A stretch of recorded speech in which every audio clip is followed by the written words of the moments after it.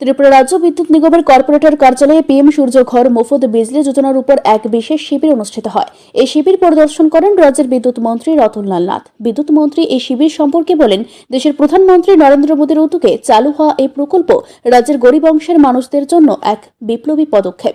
এই যোজনার মাধ্যমে স্বল্প মূল্যে বিদ্যুৎ সুবিধা পেয়ে সাধারণ মানুষ তাদের জীবনযাত্রার মান উন্নত করতে পারবেন। বিদ্যুৎ মন্ত্রী জানান, এই প্রকল্পের সুযোগ 2026 সাল পর্যন্ত উন্মুক্ত থাকবে।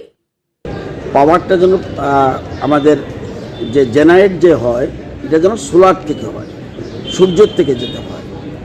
সেই জন্য উনি পিএম সূর্যঘর মুফত বিজলি যোজনা বলে একটা স্কিম ঘোষণা করেছেন। উদ্দেশ্য হলো প্রায় বিনা পয়সায় আপনি যেন বিদ্যুৎ পেতে পারেন এবং বিদ্যুৎ উৎপাদন।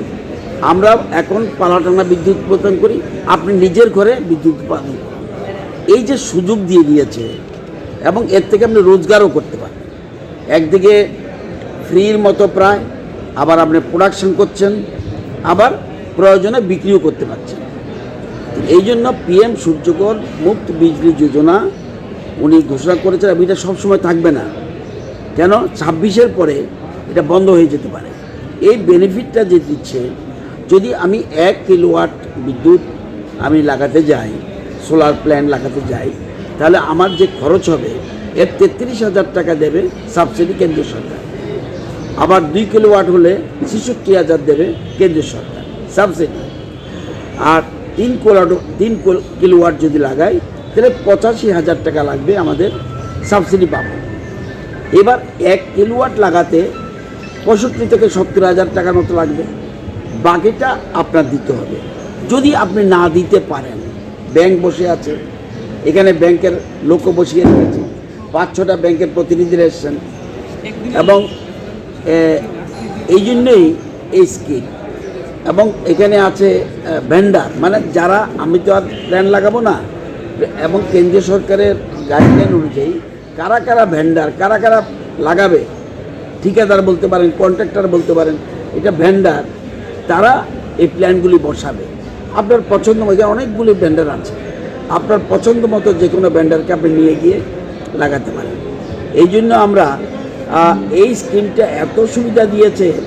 এবং একটু আগে আমাদের এখানে এই কর্পোরেট অফিসে কাজ করে আমাদের ফাইন্যান্সের এক ভদ্রলোক, ওনার বিল হতো এতদিন 2700 টাকা, এখন ওনার দিতে হয় 12 টাকা, এবং 1 বছর পরে উনি উল্টো পয়সা পাবেন, বিদ্যুৎ নিগম থেকে উল্টো পয়সা পাবেন। কেন? ওনার যে বিল, এই যে আমরা এটা কি করছি, আমরা প্ল্যান বসাচ্ছি, প্ল্যান বসানোর পরে পাওয়ার গ্রিডের সাথে লাইন করে দিচ্ছি।